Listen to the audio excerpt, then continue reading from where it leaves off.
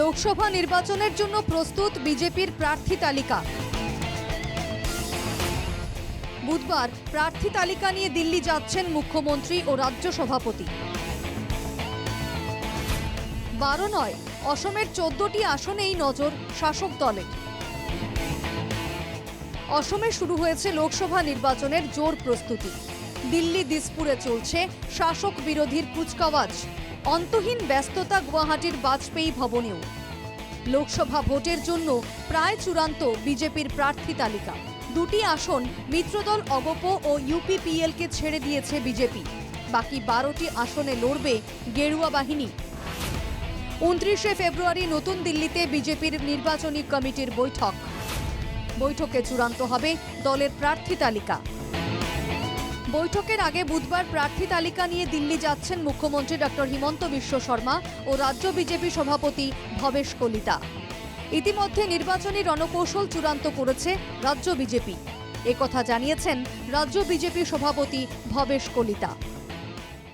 যিসকল প্ৰাৰ্থিত্ব পাব বা যিসকল প্ৰত্যাশী আছে তেওঁলোকৰ গ্ৰাছৰুট লেভেলৰ কাৰ্যকৰ্তাৰ অপিনিয়ন লৈ তেওঁলোক প্ৰাৰ্থিত্ব প্ৰদান কৰা হয়। এইটো এটা ভাৰতীয় জনতা পাৰ্টিৰ সংস্কৃতি। আমি কাকো ওপৰৰ পৰা জাপি নিদিওঁ। দৰ্শকসকলৰ যি ৰিপৰ্ট আহিব আৰু ৰিপৰ্টৰ আধাৰত একৰ্ডিংলি আমাৰ ৰাষ্ট্ৰীয় যি পাৰ্লিমেণ্টাৰী বৰ্ড আছে বা ইলেকশ্যন সমিতি আছে, নিৰ্বাচনী সমিতি, তেখেতসকলে মোহৰ লগাব। এতিয়াও ফাইনেল হোৱা নাই 12খনে খেলোঁ নে 10খনে খেলোঁ। কিন্তু আমাৰ যিটো আছে মিছন যে 12+, আমি 12+ মিছনতহে কাম কৰি আছোঁ। ফাৰ্ষ্ট ফেজত আমি 12খন দিছোঁ, ছেকেণ্ড ফেজত 14খন দিম, কিন্তু 14খন আমি এখন নেখেলোঁ।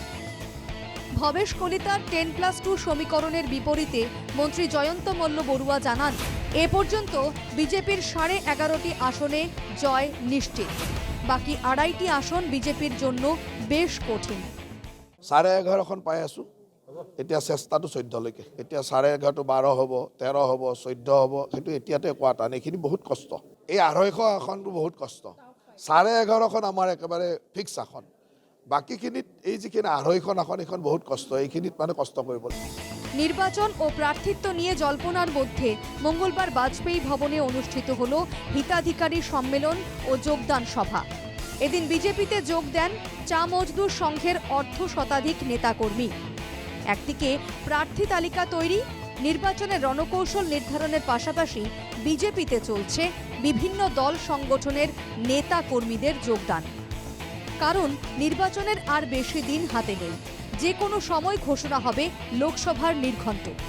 তাই মার্চের প্রথম সপ্তাহের মধ্যেই প্রথম প্রার্থী তালিকা প্রকাশের পরিকল্পনা বিজেপির। Bureau report, NKTV Bangla.